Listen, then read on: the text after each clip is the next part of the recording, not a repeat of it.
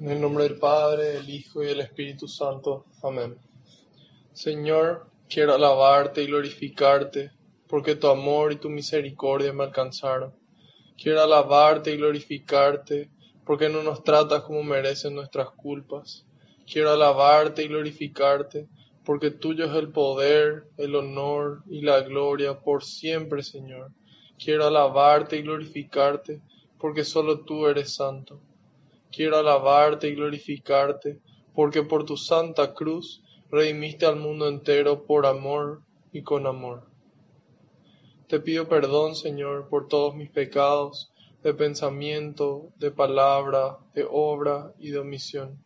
Te pido perdón de corazón, Señor, por todas las cosas malas que hice y las cosas buenas que dejé de hacer. Y le invito a cada uno que haga lo mismo en este momento en el silencio de su corazón.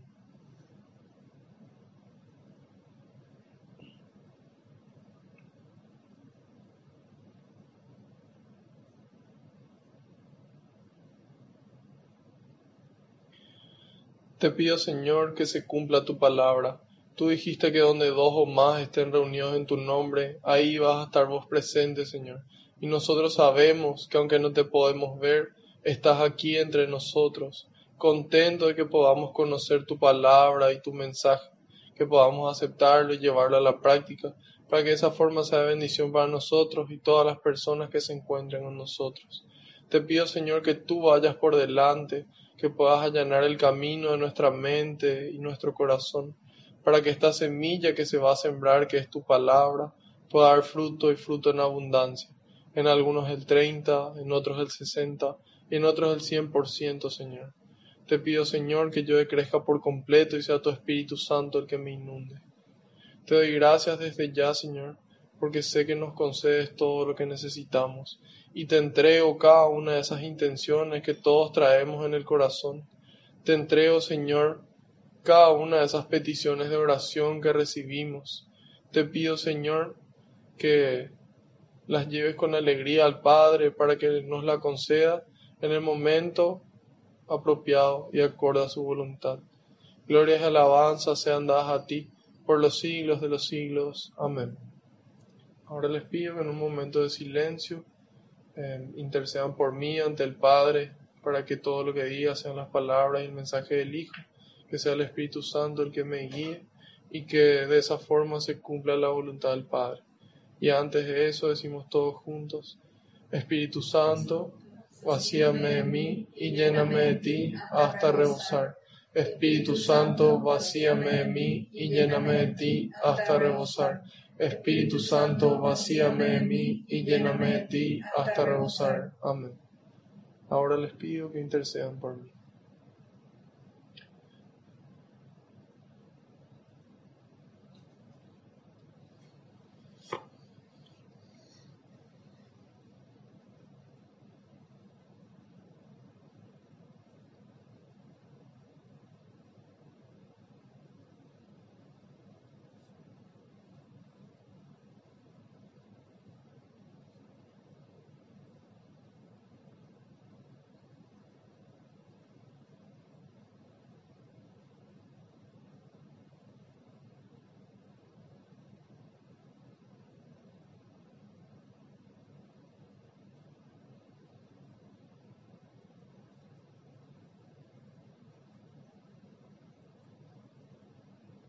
Amén.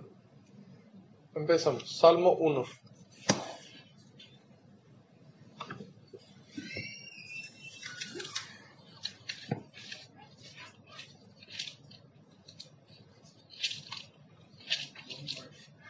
Salmo 1.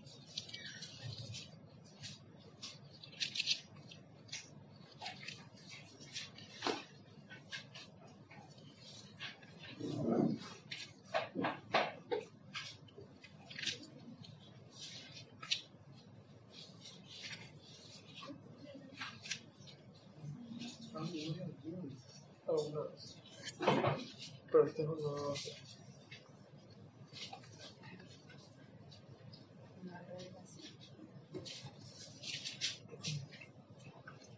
Salmo 1.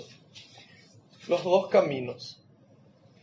Dichoso el hombre que no va a reuniones de malvados, ni sigue el camino de los pecadores, ni se sienta en la junta de burlones, mas le agrada la ley del Señor, y medita su ley de día y de noche. Es como un árbol plantado junto al río, que da fruto a su tiempo, y tiene su follaje siempre verde. Todo lo que él hace le resulta. No sucede así con los impíos. Son como paja llevada por el viento. No se mantendrán en el juicio los malvados, ni en la junta de los justos los pecadores, porque Dios cuida el camino de los justos y acaba con el sendero de los malos. Palabra de Dios. Te alabamos, Señor, y te damos gracias. Bueno, este salmo se llama Los dos caminos. ¿Qué nos quiere mostrar este primero de todos estos 150 salmos? Nos quiere decir de que existen solamente dos caminos en esta vida. Existe el camino de Dios y el camino del mundo, ¿sí? Y esos dos caminos no se tocan entre sí. ¿Por qué? Porque llevan a lugares diferentes. Ya en el Evangelio de Mateo dijimos que es similar a nuestra situación física acá en Paraguay. Hay dos rutas, una que lleva al Chaco, otra que lleva a Encarnación. Entonces, son dos rutas bien diferentes, una ruta difícil, una ruta en donde cuesta más, pero nos lleva a un lugar X. La otra ruta es más rápida, es más ágil, tiene más facilidades, pero nos lleva a un lugar que no deseamos estar. Entonces, hay dos diferencias principales entre estas dos rutas. La primera de todas es a dónde nos lleva. Una es difícil, pero nos lleva a donde queremos estar, y la otra es más fácil, más rápida, pero no nos lleva a donde queremos estar. Y la segunda diferencia es que en una ruta Dios nos acompaña y en la otra nos acompaña el enemigo tendiéndonos trampas durante todo el camino, buscando solamente nuestra perdición.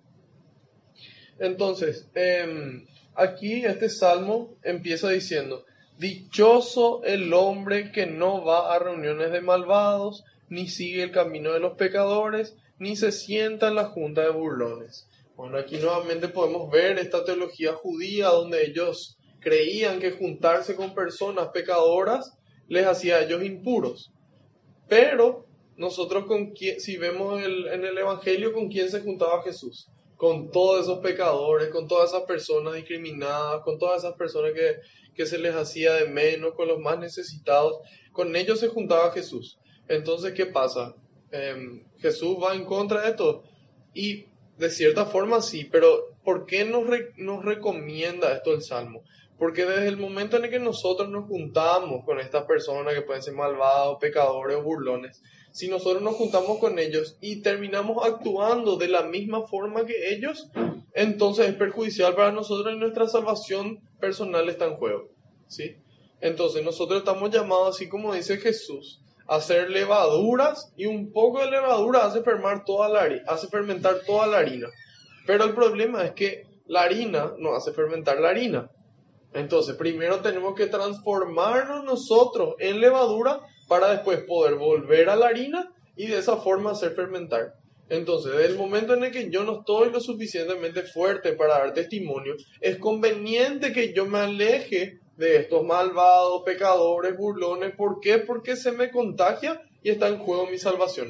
La idea del médico es que el médico pueda sanar sin enfermarse él, ¿sí? Entonces, desde el momento en el que nosotros nos vamos transformando con el conocimiento, aceptación y puesta en práctica de la palabra de Dios, entonces estamos llamados a volver a todas estas reuniones de malvados, de pecadores, de burlones, por decirlo de una forma, para dar testimonio. Y de esa forma atraerles a ellos hacia Dios, ¿sí? Mientras tanto, no es conveniente. ¿Por qué? Porque nuestra propia salvación está en juego. Una vez que nosotros nos alejamos, recibimos ese fortalecimiento, ese crecimiento espiritual, entonces estamos llamados a volver. Y dice: dichoso el hombre que le agrada la ley del Señor y medita su ley de día y de noche. En la medida en la que nosotros vamos conociendo los mandamientos, esta ley de Dios, vamos entendiendo de quién se beneficia al cumplirle. De que Dios mismo, Él no se beneficia porque ya Él es Dios. En cambio, somos nosotros los que nos beneficiamos. Y en la medida en la que vamos gozando de esos beneficios, vamos entendiendo y vamos amando esa ley. Nos va agradando. Va cambiando nuestra perspectiva con respecto a la ley de Dios. Y dice, y medita su ley de noche y de día. ¿Qué nos quiere decir eso? Que medita su ley en todo momento, ¿sí? De noche, de día, invierno, verano, lluvia, sol, no importa. De todas formas estamos llamados a meditar su ley. Y dice, es como árbol plantado junto al río, que da fruto a su tiempo y tiene su follaje siempre verde. Todo lo que él hace le resulta. Entonces, en la medida en la que nosotros le vamos poniendo a Dios por delante, ya sea en cualquier proyecto nuestro, cualquier emprendimiento, sea nuestro trabajo, nuestros estudios, nuestras relaciones personales, entonces nosotros confiamos en que Dios va a ir guiando la relación o el trabajo o el proyecto y guiándonos a nosotros hacia el mejor camino.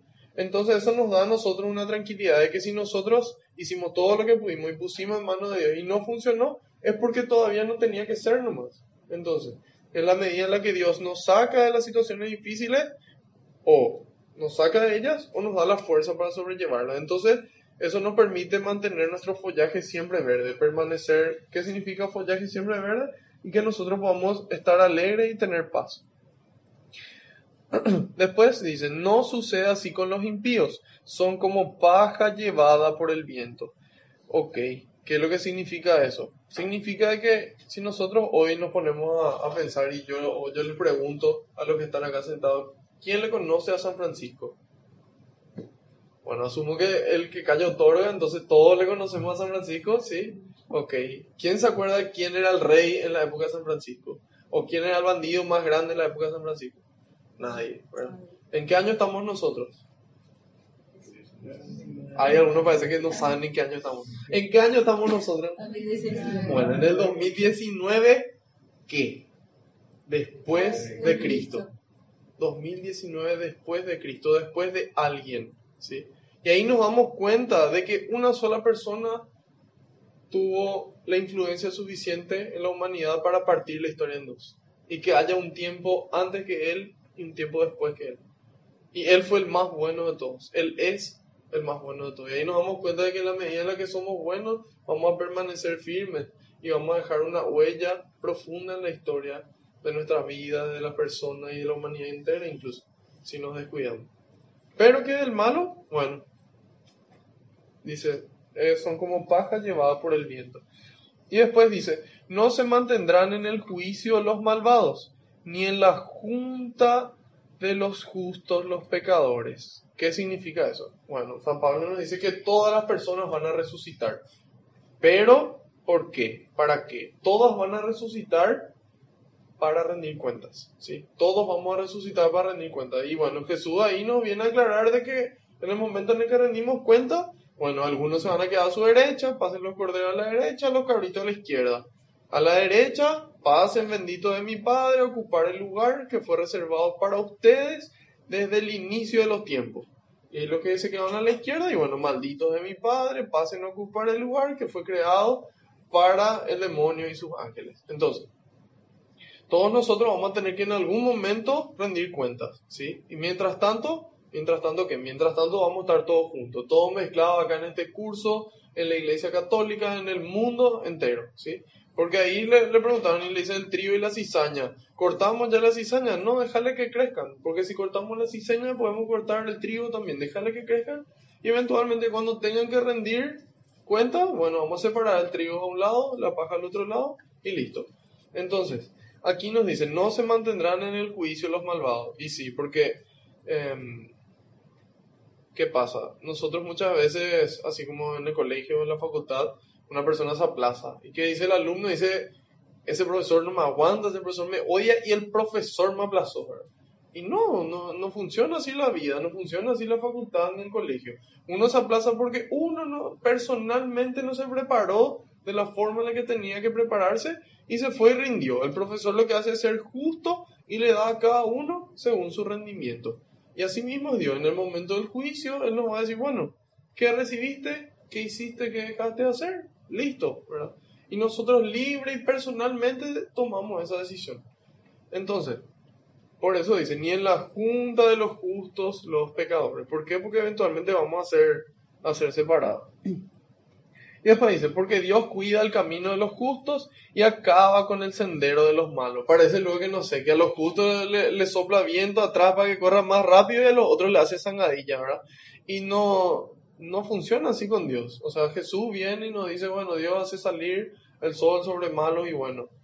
¿Y qué más? Nos dice que así como el buen pastor deja atrás a 99 ovejas por esa una que se quedó atrás, por esa una que se perdió, así mismo es en el cielo con el Padre de usted, que no quiere que ninguna de esas ovejitas se pierda. ¿Sí? Dios no quiere que nadie se pierda, ni el peor pecador, el violador, el asesino, el corrupto, el bandido, no sé, lo peor que podamos imaginarnos, aún ese Dios quiere que se salve y hace todo lo posible para convencernos. ¿Sí? Entonces, ahí nos damos cuenta de que realmente existen dos caminos, solamente dos. ¿Y cuál es el problema? Que si yo tengo un pie en este camino y un pie en el otro camino, Jesús me va a decir que prefiere vomitarme en la cara. Él dice, o sean calientes o sean fríos, porque a los tibios les vomitará la cara. ¿Y por qué es tan grave? Si en realidad me estoy esforzando y esto nomás hago, ¿verdad? Entonces, ¿cuál es el problema? El problema es que si las personas dicen, bueno, este es un buen cristiano, entonces esperan que haga obras buenas y hace obras buenas y no hay inconveniente.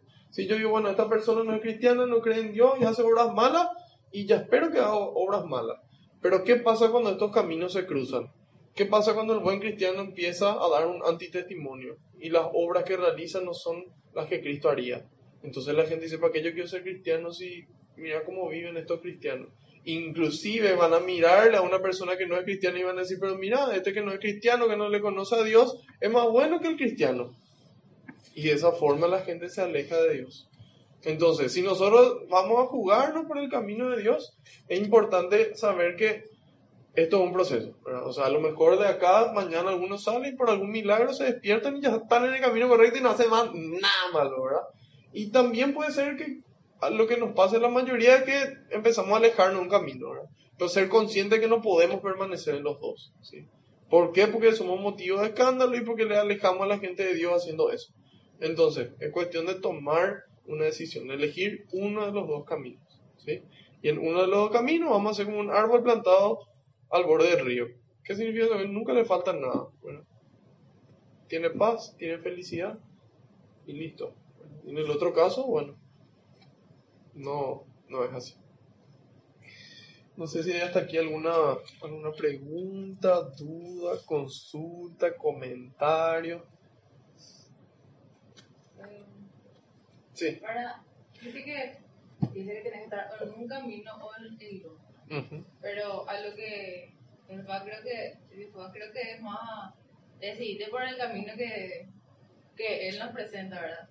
Claro. Pero también está, por ejemplo, la gente que medio se acerca, pero no termina acercarse tanto, Uh-huh. o sea, que capaz su proceso sea más largo.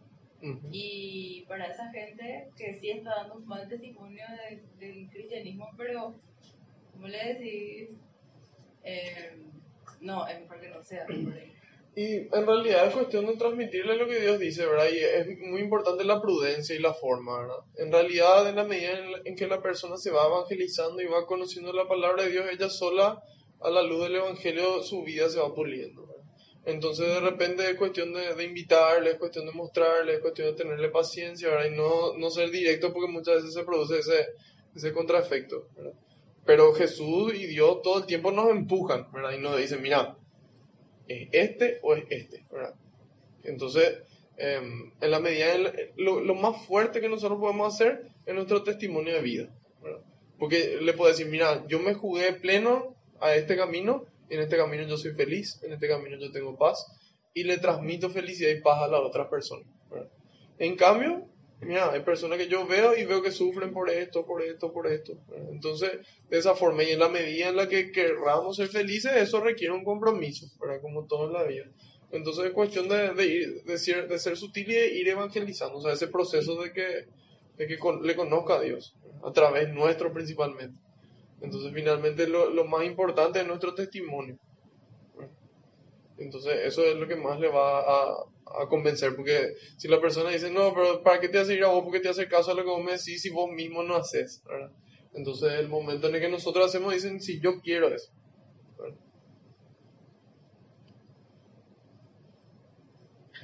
¿Alguna otra pregunta? ¿O consulta o comentario?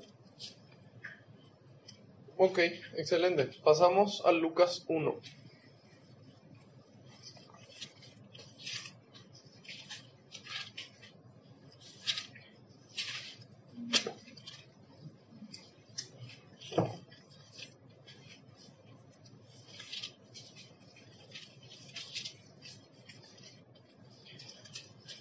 Bueno, en este Evangelio de Lucas vamos a hacer una pequeña introducción para empezar.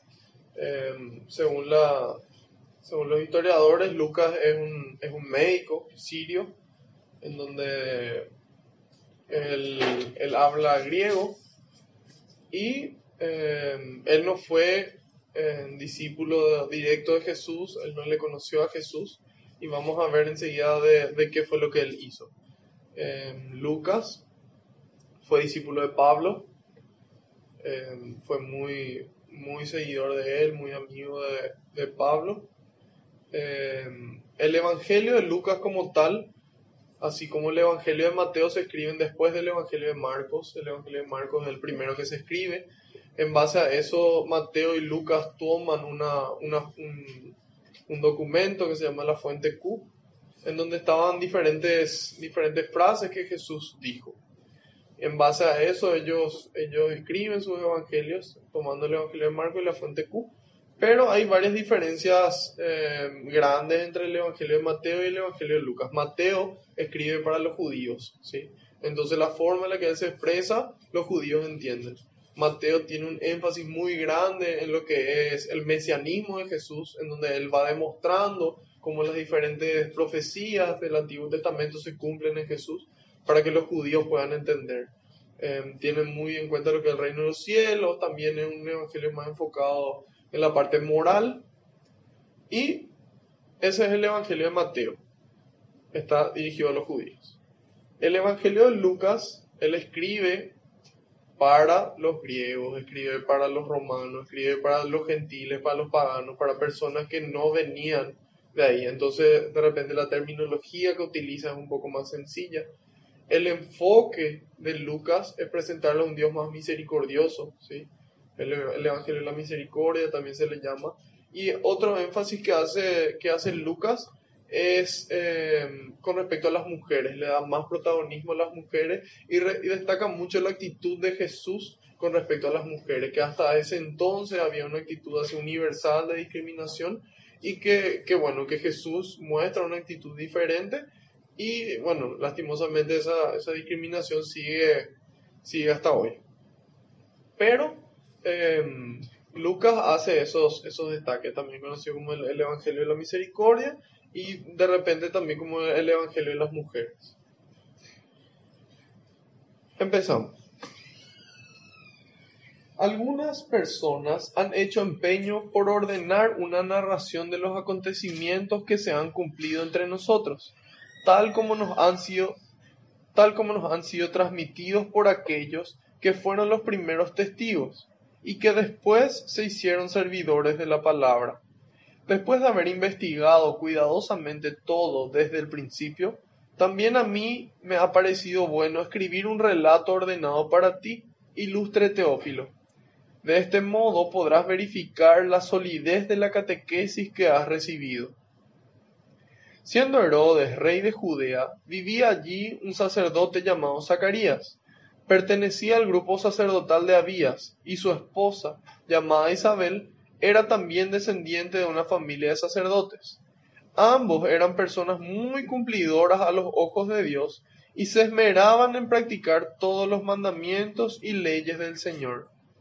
No tenían hijos, pues Isabel no podía tener familia, y los dos eran ya de edad avanzada.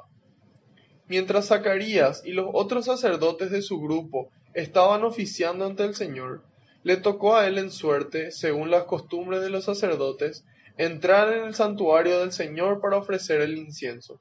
Cuando llegó la hora del incienso, Toda la gente estaba orando afuera en los patios. En esto se le apareció un ángel del Señor de pie al lado derecho del altar del incienso. Zacarías se turbó al verlo y el temor se apoderó de él. Pero el ángel le dijo: No temas, Zacarías, porque tu oración ha sido escuchada. Tu esposa Isabel te dará un hijo y le pondrás por nombre Juan. Será para ti un gozo muy grande, y muchos más se alegrarán con su nacimiento, porque este hijo tuyo será un gran servidor del Señor. No beberá vino ni licor, y estará lleno del Espíritu Santo ya desde el seno de su madre. Por medio de él muchos hijos de Israel volverán al Señor su Dios. Él mismo abrirá el camino al Señor con el espíritu y el poder del profeta Elías. Reconciliará a padres e hijos y llevará a los rebeldes a la sabiduría de los buenos. De este modo preparará al Señor un pueblo bien dispuesto. Zacarías dijo al ángel: ¿Quién me lo puede asegurar? Yo ya soy viejo y mi esposa también. El ángel contestó: Yo soy Gabriel, el que tiene entrada al consejo de Dios, y he sido enviado para hablar contigo y comunicarte esta buena noticia. Mis palabras se cumplirán a su debido tiempo, pero tú, por no haber creído, te vas a quedar mudo y no podrás hablar hasta el día en que todo esto ocurra. El pueblo estaba esperando a Zacarías y se extrañaban de que se demorase tanto en el santuario. Cuando finalmente salió, no podía hablarles, y comprendieron que había tenido alguna visión en el santuario. Intentaba comunicarse por señas, pues permanecía mudo. Al terminar el tiempo de su servicio, Zacarías regresó a su casa, y poco después su esposa Isabel quedó embarazada. Durante 5 meses permaneció retirada, pensando: ¿Qué no ha hecho por mí el Señor? Es ahora cuando quiso liberarme de mi vergüenza. Al 6.º mes, el ángel Gabriel fue enviado por Dios a una ciudad de Galilea llamada Nazaret, a una joven virgen que estaba comprometida en matrimonio con un hombre llamado José, de la familia de David. La virgen se llamaba María. Llegó el ángel hasta ella y le dijo: Alégrate, llena de gracia, el Señor está contigo. María quedó muy conmovida al oír estas palabras y se preguntaba qué significaría tal saludo.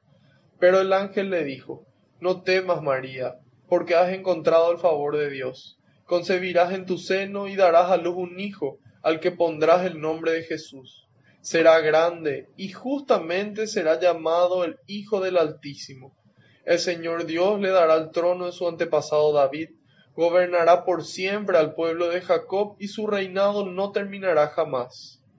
María entonces dijo al ángel: ¿Cómo puede ser eso si yo soy virgen? Contestó el ángel: El Espíritu Santo descenderá sobre ti y el poder del Altísimo te cubrirá con su sombra. Por eso el niño santo que nacerá de ti será llamado Hijo de Dios. También tu pariente Isabel está esperando un hijo en su vejez, y aunque no podía tener familia, se encuentra ya en el 6.º mes del embarazo.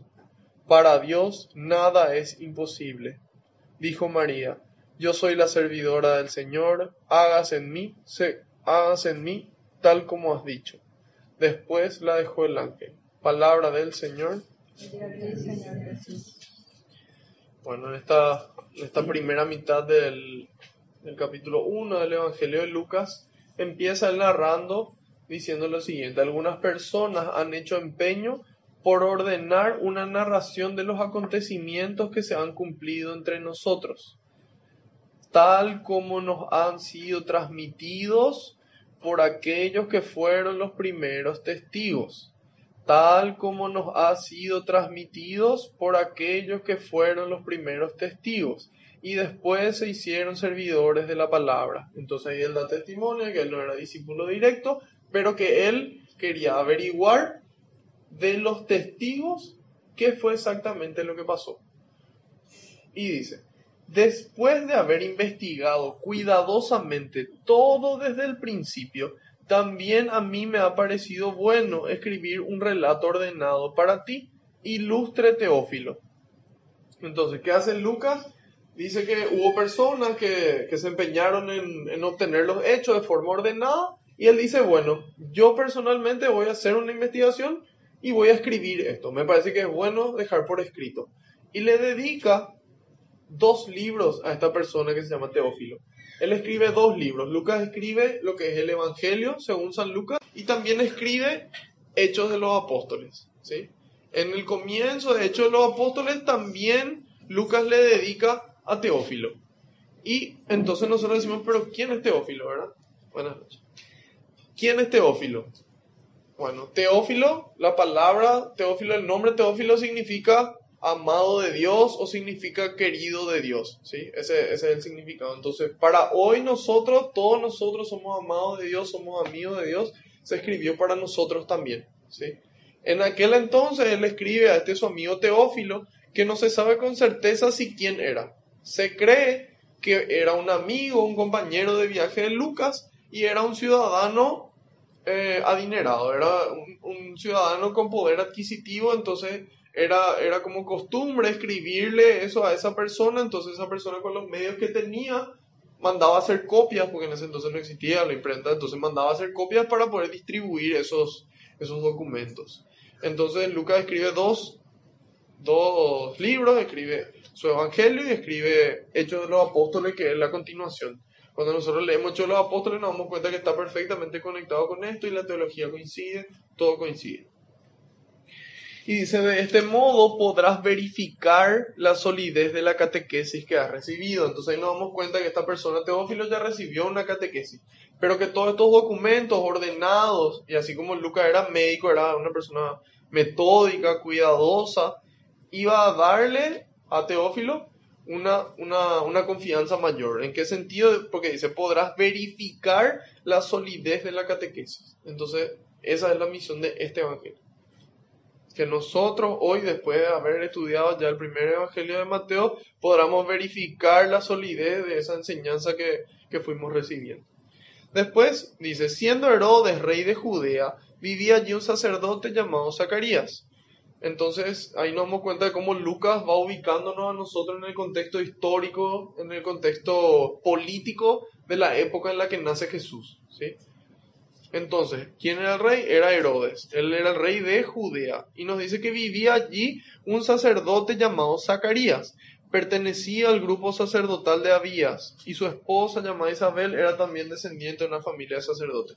Bueno, cuando nosotros leemos el libro de Crónicas, en el primer libro de Crónicas, capítulo 4, ahí va narrando las diferentes tribus de Israel y dice, tal persona dio a luz a Judá y esa fue una de las tribus. Después tal persona dio a luz a tal persona y nació otra tribu. Después dice, tal persona dio a luz a Leví y de la tribu de Leví eran los sacerdotes. Y es hijo de Leví esta persona que menciona acá, Abías, y es de esa rama de sacerdotes Zacarías, ¿sí? Jesús, ¿de qué rama? Es de la rama de la tribu de Judá, ¿sí?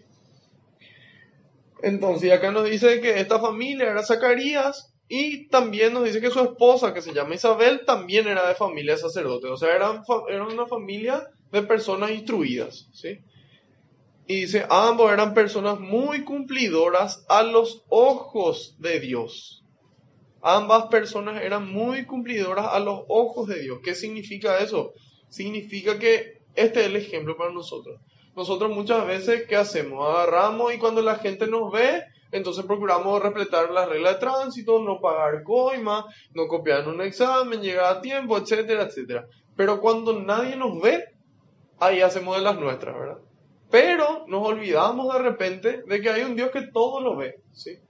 Todo lo ve, nuestros pensamientos, sentimientos, acciones, todo, ¿verdad? Incluso ante los ojos de Dios estamos llamados a ser cumplidores, así como ellos. Y después dice, y se esmeraban en practicar solo algunos mandamientos y otros no. No dice eso, ¿verdad? Dice, y se esmeraban en practicar todos los mandamientos y leyes del Señor.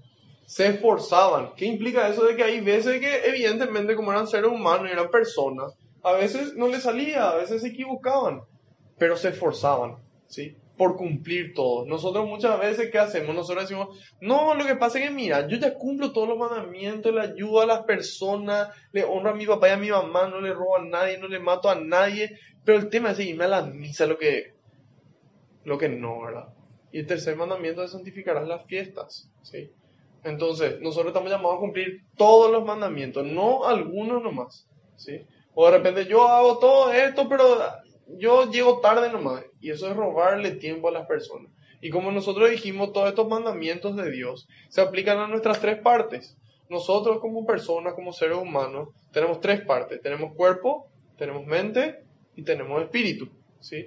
Y de repente nosotros a lo mejor no le matamos a alguien físicamente, no le clavamos, no le disparamos, no le degollamos, no le desnucamos y toda otra forma que podemos pensar de matar. No hacemos eso, ¿verdad? Pero muchas veces con nuestras miradas, con nuestras palabras, a veces con nuestra indiferencia, le matamos a la persona. Y hoy en día es mucho más fácil cometer estos pecados porque no hace falta ni siquiera hablar. Nosotros con 2 dedos podemos cometer estos pecados. Y esos 2 dedos no son porque somos Chuck Norris y con 2 dedos le podemos desbaratar a cualquiera, sino porque con esos 2 dedos nosotros utilizamos nuestro teléfono. Y nosotros con nuestro teléfono podemos escribir cosas que le perjudicamos a la gente, las cosas que le damos me gusta, las cosas que compartimos, las cosas que dejamos de compartir. De todas esas formas nosotros podemos perjudicarle a una persona, ¿sí? De todas esas formas nosotros podemos dejar de cumplir los mandamientos. Entonces nosotros estamos llamados hoy a cumplir los mandamientos. De todas las formas, en mente, en cuerpo y en espíritu. Si yo digo, no, yo no le robo nada a nadie, pues yo llego tarde, yo le robo tiempo. Si es que yo tomo un trabajo donde yo me voy a marcar nomás, yo le estoy robando una oportunidad a la otra persona, ¿sí? Entonces, nosotros estamos llamados a cumplir todos los mandamientos, pero en todo, ¿verdad? A esforzarnos. Y por supuesto que no es fácil, y por supuesto que es un camino y un proceso y todas las cosas que nos gusta usar de excusa y que muchas veces son motivos para no cumplir. Pero estamos llamados a seguir el ejemplo de ellos, que ante los ojos de Dios cumplamos todo y esforzarnos por cumplir todo. Hay veces que no vamos a poder y es lógico, pero tenemos que esforzarnos. No decir todo esto, pero no me voy a esforzar, ¿verdad? Yo hago todo, pero lo único, este tema de tener relaciones con mi novia, eso es lo que por qué si yo le amo, ¿verdad? Y entonces yo cumplo todo menos ese, no me esfuerzo luego por cumplir ese, ¿verdad? Entonces ahí nos damos cuenta de cómo estamos llamados a cumplir todo y a esforzarnos más que nada, ¿verdad? Y si caemos, bueno, Dios ya nos regaló la reconciliación para poder volver al camino, volver al estado de gracia, alejar el pecado de nosotros, cuanto dista el oriente y el occidente, y continuar, ¿sí? Y dice, no tenían hijos, pues Isabel no podía tener familia y los dos eran ya de edad avanzada. Entonces, ¿qué ocurre aquí? Según lo que dice acá, era Isabel la persona que era estéril y los dos eran ya de edad avanzada. Muchas veces en esta teología judía, en esta forma de pensar judía, si vos no podías tener hijos era una maldición de Dios, era un castigo de Dios. Y era un error tuyo o un pecado que cometieron tus padres y eso se te transmitió a vos. Y entonces ese es un motivo para la persona de tristeza, de vergüenza, de sentirse mal por no poder tener hijos, porque bueno, algo malo estoy haciendo y todo el mundo se entera de que yo no tengo hijos, ¿verdad? Entonces, en este caso ellos ya eran de edad avanzada, entonces era más complicado aún que tengan hijos. Y ocurre lo siguiente, dice, mientras Zacarías y los otros sacerdotes de su grupo estaban oficiando ante el Señor, le tocó en suerte, según las costumbres de los sacerdotes, entrar en el santuario del Señor para ofrecer el incienso. Que el incienso es un símbolo que ya utilizaban los judíos y utilizamos hoy los cristianos, en representación de que nuestra oración sube a Dios, se eleva a Dios así como el humo. Y dice la palabra de Dios que esa oración de los justos es para Dios como un perfume agradable, ¿sí? Entonces hasta hoy, ¿qué representa ese incienso? Es la elevación de nuestras oraciones a Dios. Y dice, cuando llegó la hora del incienso, toda la gente estaba orando afuera en los patios. ¿Qué ocurre? Estas sinagogas y el santuario tenían una estructura, en donde en el centro mismo estaba lo más importante del templo del santuario, donde solamente el sumo sacerdote podía entrar a ese lugar una vez al año, ¿sí? El resto no podía. Después estaba la siguiente esfera, vamos a decir, el siguiente círculo, en donde podían estar el resto de los sacerdotes. Después estaba el siguiente círculo, donde podían estar todos los adultos, hombres mayores de 12 años. ¿Sí? Y después estaban ya los diferentes patios donde podían estar los niños y las mujeres que en ese entonces ni siquiera eran considerados personas, ¿sí? Entonces, Ahí vamos entendiendo el contexto. ¿Dónde estaban ellos? Estaban ahí en el centro mismo para ofrecer eso a Dios. Entra él a a prender el incienso para ofrecer a Dios. Y dice, en esto se le apareció un ángel del Señor de pie, al lado derecho del altar del incienso. Zacarías se turbó al verlo y el temor se apoderó de él. Bueno, si nosotros leemos el Antiguo Testamento, por ejemplo, el libro de Jueces, en el capítulo 6, versículo 22, o Daniel, en el capítulo 8, versículo 17, vamos a ver cuál era la reacción de las personas cuando un ángel de Dios se le aparecía. Y todas las veces le agarraba así un temor, un pánico, porque ellos creían que si ellos le veían hacia el ángel de Dios o le veían a Dios, era porque ya estaban muertos o porque iban a morir después. Entonces, ¿qué pasa? Ocurren ya en estos textos del Antiguo Testamento de que se aparece el ángel y le da miedo. Y el ángel le pronuncia las mismas palabras que le pronuncia a Zacarías. Le dice, no temas, no tengas miedo. Y por eso acá nos dice en el 12, Zacarías se turbó al verlo y el temor se apoderó de él. Claro, o sea, él conocía de memoria todo el Antiguo Testamento y las cosas que pasaban cuando se te aparecía el ángel. Entonces es lógico que su reacción judía sea tenerle miedo al ángel. Y dice, pero el ángel le dijo, no temas, Zacarías, porque tu oración ha sido escuchada. ¿Cuál es la única oración que Dios no escucha? La que no se hace. Oremos, porque tu oración ha sido escuchada. Tu esposa Isabel te dará un hijo y le pondrás por nombre Juan. Será para ti un gozo muy grande, y muchos se alegrarán con su nacimiento, porque este hijo tuyo será un gran servidor del Señor. Entonces, ¿qué es lo que tiene que producir un nacimiento? Mucha alegría en muchas personas. Hoy en día, ¿qué pasa? Hay un nacimiento y, excepto en el caso de que sea dentro de un matrimonio, mucha gente se pone triste, y hoy en día el mundo está a favor de solucionar eso de la forma más rápida. ¿Qué hacen? Le matan a esta nueva persona, ¿sí? Que se está promoviendo a nivel mundial, hay incluso ley en donde le obligan a un médico a matarle a una nueva persona. Siendo que, ¿qué debería de producir este nacimiento? Una gran alegría. ¿Y cómo nosotros podemos hacerle pagar a una persona que ni siquiera nació por los errores de sus padres y por las cosas que ellos hicieron mal? Esa pobre criatura es una nueva persona y no tiene la culpa.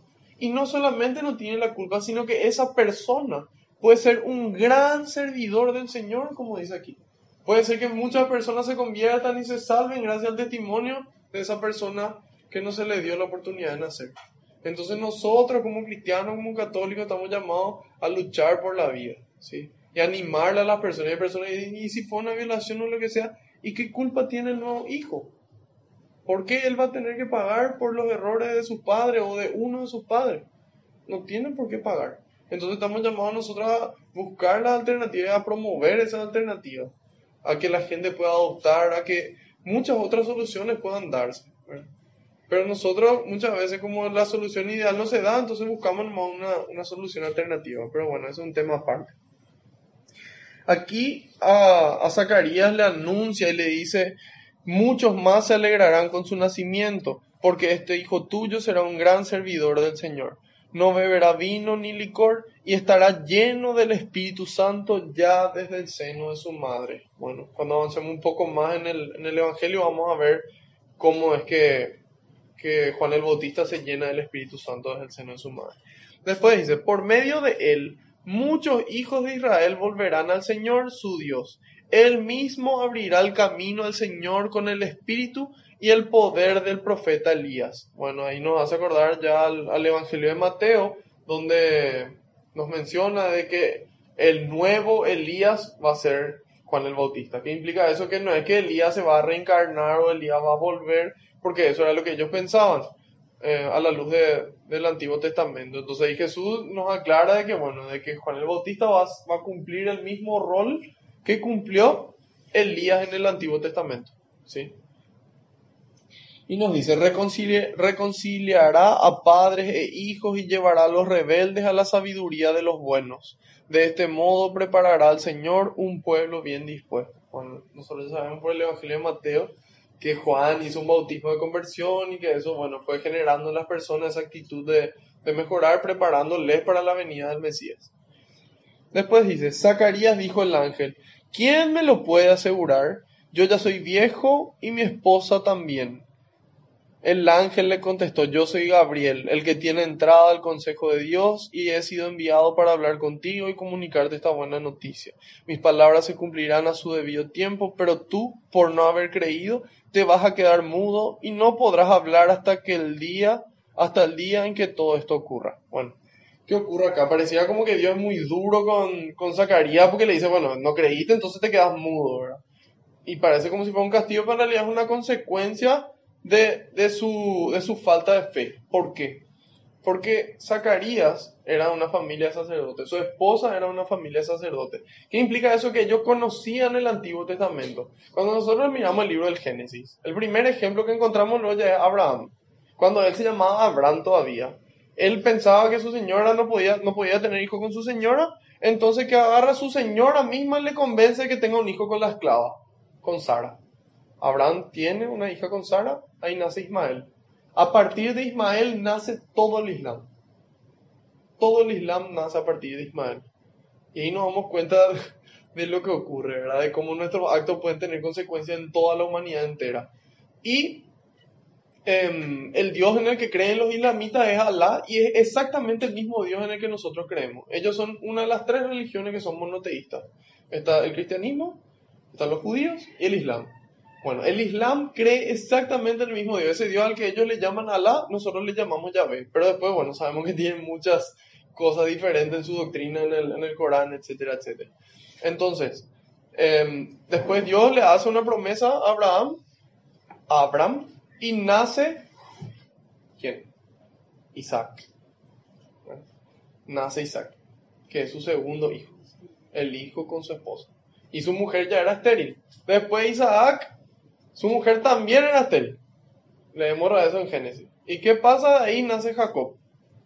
Después leemos la historia de Sansón. Su mamá era estéril. Nace Sansón. Después leemos la historia de Samuel. Su mamá sufría muchísimo y le dice: si vos me regalás un hijo, a ese hijo yo le voy a consagrar a Dios por el resto de su vida.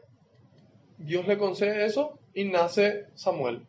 Entonces ahí tenemos ya no sé cuántos ejemplos de mujeres estériles que por promesa de Dios, por obra de Dios, porque nada es imposible para Dios, nacen. Todo esto estaba en la cabeza de Zacarías. Y él, en vez de creer: bueno, yo soy el siguiente benefactor de este milagro que Dios hace en donde le hace tener hijos, él agarra y pregunta: ¿quién me lo puede asegurar? Él duda del poder de Dios. Y ahí el ángel le dice: mira, esta es la voluntad de Dios y se va a cumplir. Entonces, en consecuencia, te va a quedar mudo. ¿Y por qué? Y a continuación dice: cuando finalmente salió, no podía hablarles, y comprendieron que había tenido alguna visión en el santuario. Algo raro pasó ahí. Bueno, entonces, al quedarse mudo, toda la gente pudo darse cuenta de que algo raro pasó ahí. Y ahí dice: al terminar el tiempo de su servicio, Zacarías regresó a su casa, y poco después su esposa Isabel quedó embarazada. Durante 5 meses permaneció retirada pensando: ¿qué no ha hecho por mí el Señor? Imagínense, 5 meses estuvo pensando: ¿qué no ha hecho por mí el Señor? Y nosotros muchas veces no nos damos cuenta de todo lo que hace Dios por nosotros, de qué no hizo Dios por nosotros que estamos acá sentados, las personas que están escuchando esto, ¿verdad? ¿Y por qué no podemos darnos cuenta de todo lo que hizo Dios por nosotros? Porque estamos ocupados. Nadie tiene tiempo para darse cuenta. Estamos todo el tiempo ocupados con el trabajo, con la oficina, viviendo un ritmo súper acelerado, viendo la tele, viendo Netflix, escuchando Spotify, viendo Instagram, que no tenemos tiempo nosotros para hacer una pausa en nuestro día y ver qué hizo Dios por nosotros o qué no hizo Dios por nosotros, ¿verdad? Porque tantas cosas buenas hacen cada día que de repente decís: ¿qué no hiciste hoy por mí? ¿Verdad? Y entonces ese es el ejemplo para nosotros. ¿Qué no ha hecho por mí el Señor? Es ahora cuando quiso liberarme de mi vergüenza. Y ahí está la vergüenza que habíamos mencionado antes de no poder tener hijos. Después, ahí termina esta parte de la historia de Zacarías y de Isabel. Y dice: al 6º mes, el ángel Gabriel fue enviado por Dios a una ciudad de Galilea llamada Nazaret, a una joven virgen que estaba comprometida en matrimonio con un hombre llamado José, de la familia de David.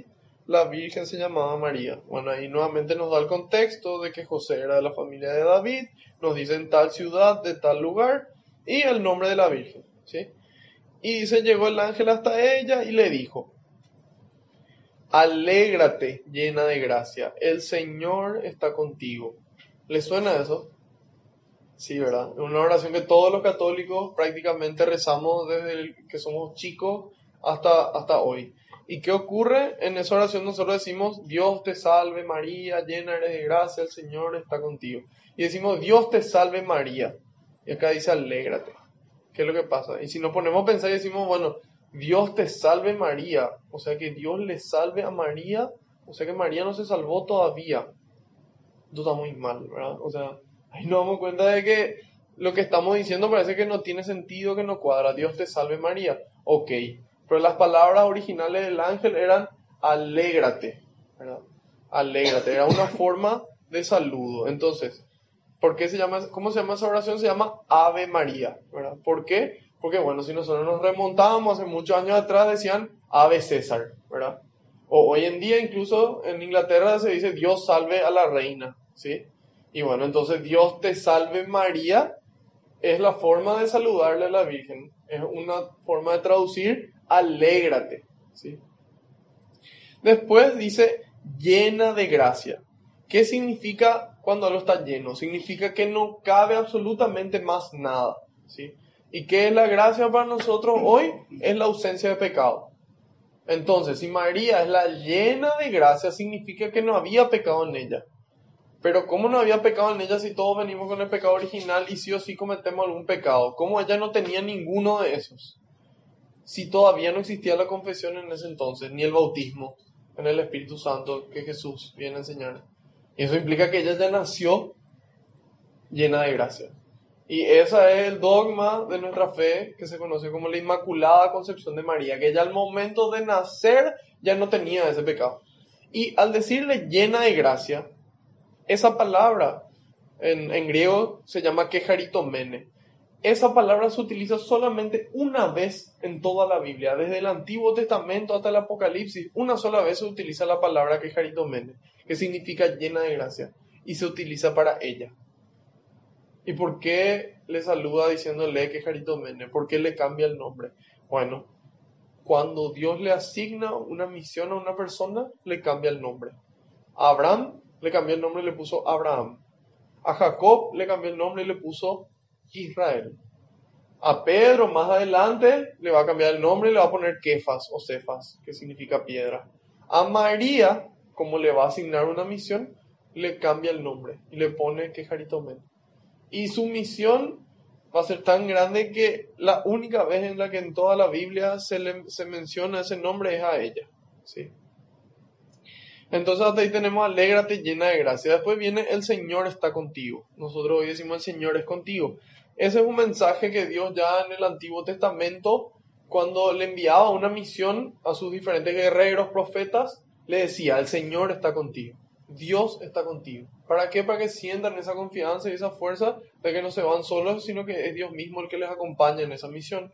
Y estas son las palabras que el ángel le pronuncia a María. Y dice, María quedó muy conmovida al oír estas palabras y se preguntaba qué significaría tal saludo. Pero el ángel le dijo, no temas María, porque has encontrado el favor de Dios. Concebirás en tu seno y darás a luz un hijo, al que pondrás el nombre de Jesús. Nuevamente la reacción de temor, Dios nuevamente nos calma y dice, será grande y justamente será llamado Hijo del Altísimo.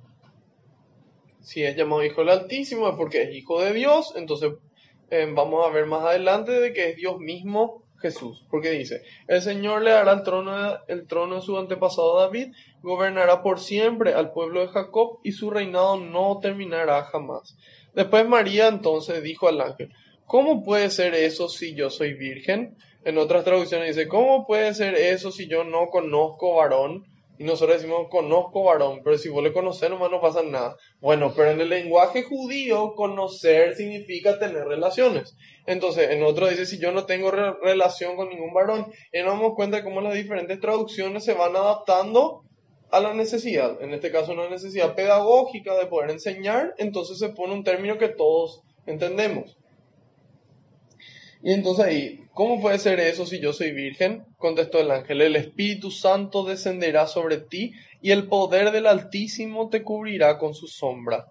Por eso el niño santo que nacerá de ti será llamado Hijo de Dios. Entonces, al ser el Espíritu Santo el que le fecunda a María, es Dios mismo el que le fecunda, entonces la persona que nace es verdadero Dios, ¿sí?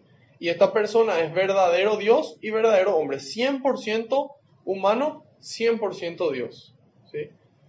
Y al ser 100% humano y 100% Dios, al ser su mamá, esas naturalezas no se separan. Ella no es madre de Jesús humano nomás y no de Jesús Dios. Ella es madre de Jesús humano y de Jesús Dios. Y de ahí nace el otro dogma que es la maternidad divina, de que María es verdadera madre de Dios, no solamente madre del Jesús humano. Y después dice, también tu pariente Isabel está esperando un hijo en su vejez, aunque no podía tener familia, se encuentra ya en el 6º mes del embarazo. Para Dios nada es imposible. Entonces ahí nos damos cuenta de que hasta esta parte se presentan dos situaciones muy parecidas. El mismo ángel se le presenta a Zacarías y se le presenta a María, ¿sí? Y le trae un mensaje muy similar de que una persona se va a quedar embarazada por obra de Dios. Solamente que en el caso de Zacarías, primero que nada ya habían varias personas que ocurrió lo mismo.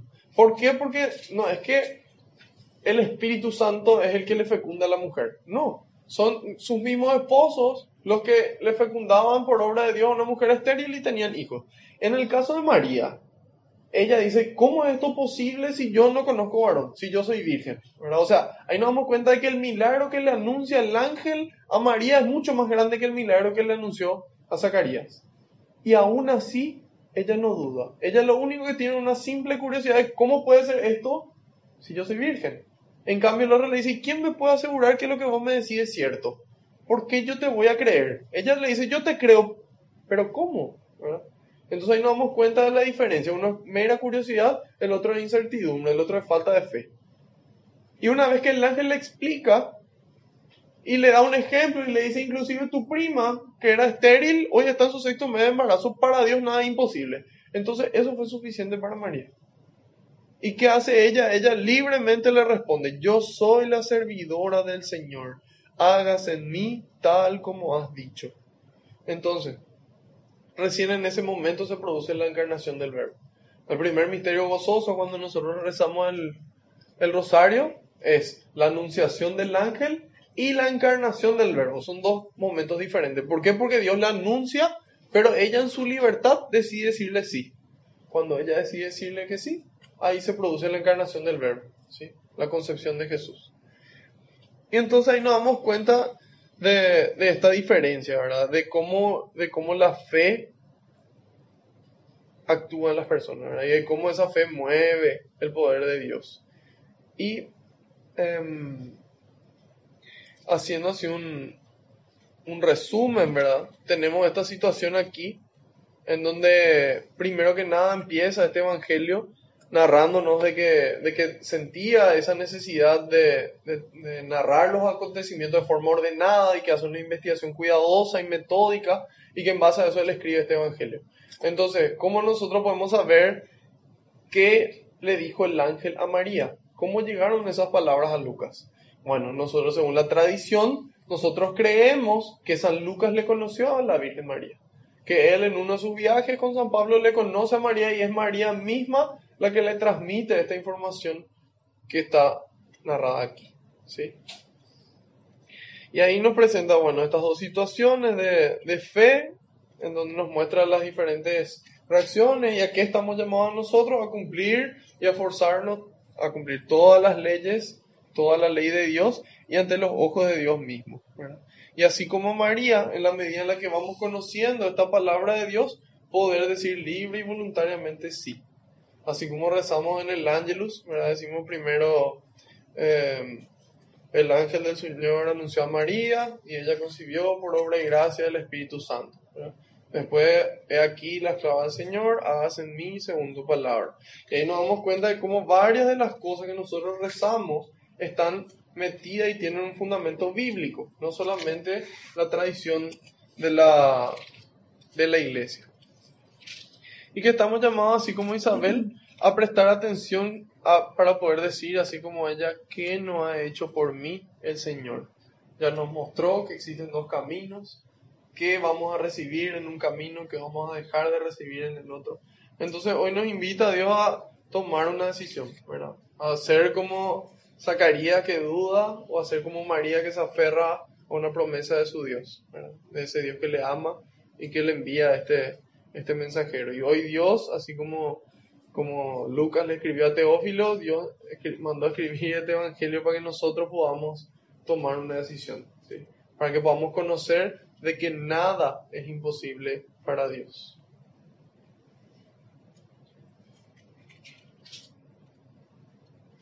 No sé si hay hasta aquí alguna pregunta, consulta, duda, comentarios. Este evangelio se escribió alrededor del año 63 o 64 después de Cristo. Los versículos en donde se narran esos milagros de nacimientos de mujeres estériles, en Génesis 11:30 se narra la concepción de Isaac entre Sara y Abraham. Después en Génesis 25:21 se narra que la esposa de Isaac era estéril y ahí nace Jacob. En Jueces 13:2 se narra el nacimiento de Sansón, hijo de Manoa. Y en Primera de Samuel capítulo 1 versículo 5 se narra la historia de que Ana era estéril y da a luz a Samuel. El caso de Ana era particularmente triste porque ella estaba casada con un hombre que tenía otra esposa. Esta otra esposa le daba hijos y ella se quedaba triste porque la otra no solamente le daba hijos, sino que le trataba mal y le humillaba.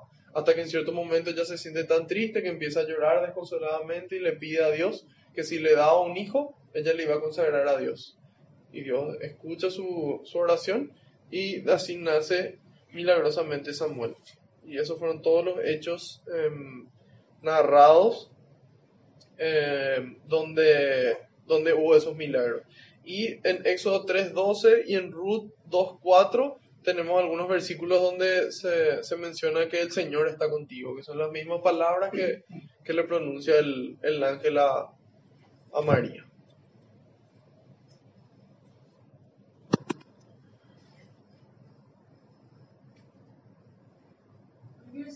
Adelante. Qué notable que Zacarías siendo tan ilustrado, porque que una persona ignorante, por ejemplo, no crea es más común, ¿verdad? Y que él justamente que era sacerdote y de familia de sacerdote, porque en ese contexto los sacerdotes eran los más ilustrados, ¿sabes? Porque ¿cómo es? No todos sabían leer, y para acceder a eso, o sea, era un proceso muy largo. Que se le aparezca un ángel y él sabiendo se extrae, o sea, no es que se va a citar de su primo, de cómo sería la verdad, no es que le viene a visitar a alguien a preguntar algo nomás, sino que se le aparece un ángel y él no cree nada de lo que le dice. Y justamente eso es llamativo, ¿verdad? Porque nosotros muchas veces en la medida en la que más conocemos, nosotros necesitamos pruebas científicas, necesitamos que nos demuestren las cosas, ¿verdad?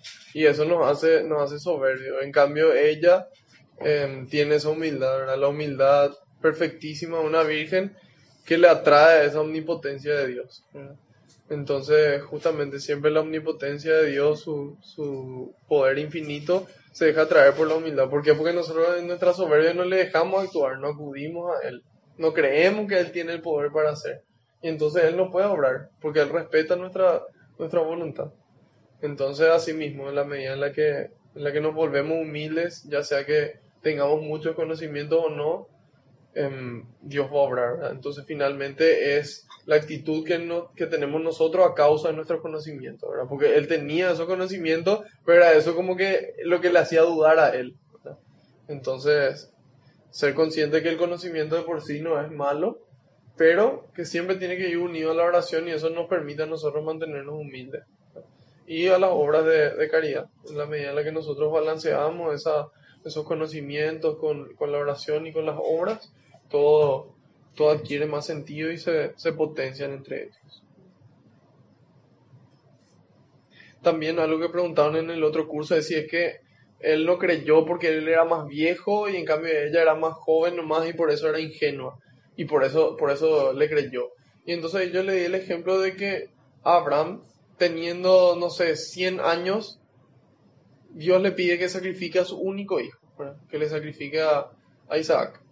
Y a ese hijo, que era su único hijo, con su esposa estéril, él estaba dispuesto a sacrificarle, ¿verdad? Porque y ahí nos damos cuenta que la fe realmente no es una cuestión de nada, que uno puede tener así 100 años como Abraham, que estuvo dispuesto igual a sacrificarle, de igual forma Dios le detiene y le dice, ok, tu fe es suficiente.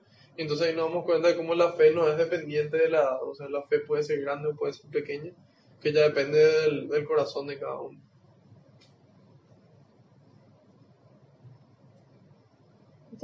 Acá en la explicación dice, María solo está desposada con José. Uh-huh. ¿Qué Sí, refiere eso? y pasa que en la época de los judíos ellos tenían como dos procesos, ¿verdad? En donde está lo que es unión en matrimonio, que en un principio se llama desposada, en donde ellos ya estaba todo arreglado, pero ¿qué pasaba? En esa época el matrimonio se consumaba cuando ellos vivían juntos y tenían relación. En ese momento se consumaba el matrimonio. Y ella ya estaba casada, pero todavía no estaba consumado ese matrimonio. Por eso en esa explicación dice que estaba desposada, ¿sí? Por eso ella, de ahí también viene otro de los dogmas, que es la virginidad perpetua de María, de que María muere siendo virgen, ¿sí?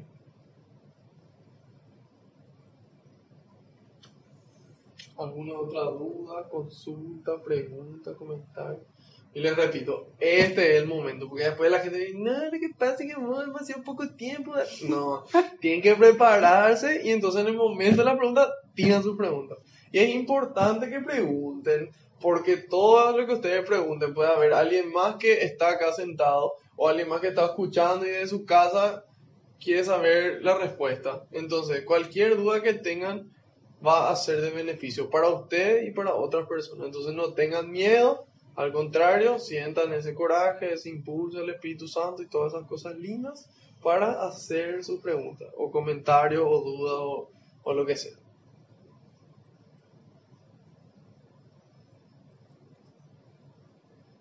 Ok, punto para el Espíritu Santo nuevamente. Vamos a dar gracias. Señor, quiero darte gracias por esta oportunidad de reunirnos nuevamente en tu nombre. Quiero darte gracias por la vida de cada uno de los que están aquí presentes y de todos los que quisieron estar aquí, pero por algún motivo no pudieron. Te pido que toda la bendición que se derramó aquí se derrame también sobre ellos. Que todas las palabras que se pronunciaron puedan hacer eco en nuestra mente y en nuestro corazón para poder llevarlas a la práctica. Que así también podamos tener una fe así como la de María, que cree realmente en vos, que todo es posible para ti, Señor. Te quiero dar gracias, Señor, por todas nuestras familias, por nuestros amigos, por nuestro trabajo, por la salud. Quiero darte gracias, Señor, por todas esas cosas buenas que permites en nuestras vidas, por todas esas cosas buenas que tú nos regalas, mejor dicho, y las cosas no tan buenas que tú permites en nuestras vidas, para que podamos valorar más las cosas buenas y que podamos aprender también de ellas.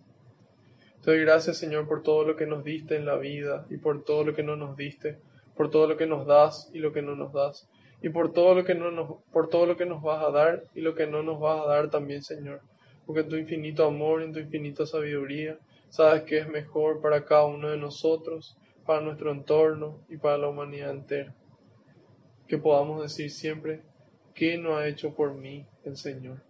Gloria y alabanza sean dadas a ti por los siglos de los siglos. Amén. Te decimos todos juntos, Padre nuestro que estás en el cielo, santificado sea tu nombre. Venga a nosotros tu reino. Hágase tu voluntad en la tierra como en el cielo. Danos hoy nuestro pan de cada día. Perdona nuestras ofensas, como también nosotros perdonamos a los que nos ofenden. Y no nos dejes caer en tentación, y líbranos del mal. Amén. Madre Santa, Mamá María, te damos gracias por ser ejemplo para nosotros de coraje, de fe, de cristiana, de entrega, de disponibilidad a Dios.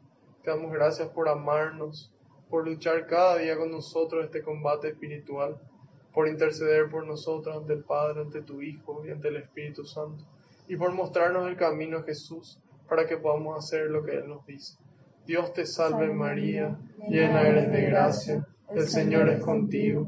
Bendita tú eres entre todas las mujeres, y bendito es el fruto de tu vientre, Jesús.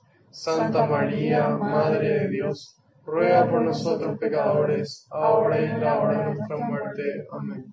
Haciendo caso al pedido del Papa, rezamos a San Miguel Arcángel. San Miguel Arcángel, defiéndenos en la batalla. Sé nuestro amparo contra la perversidad y acechanza del demonio. Reprímale Dios, pedimos suplicantes. Y tú, príncipe de la milicia celestial, arroja al infierno con el poder divino a Satanás y a los demás espíritus malignos que andan dispersos por el mundo para la perdición de las almas. Amén. Bajo tu amparo nos acogemos, Santa Madre de Dios. No desoigas las súplicas que te dirigimos en nuestras necesidades. Antes bien, líbranos de todo peligro, oh Virgen gloriosa y bendita. Ruega por nosotros, Santa Madre de Dios, para que seamos dignos de alcanzar las promesas y gracias de nuestro Señor Jesucristo. Amén. María, auxiliadora de los cristianos, Sagrado Corazón de Jesús, gloria al Padre, al Hijo y al Espíritu Santo. Alabado sea Jesucristo, por siempre sea bendito y alabado. Que la paz y la alegría del Señor nos acompañen a todas partes. Amén. En el nombre del Padre, del Hijo y del Espíritu Santo. Amén.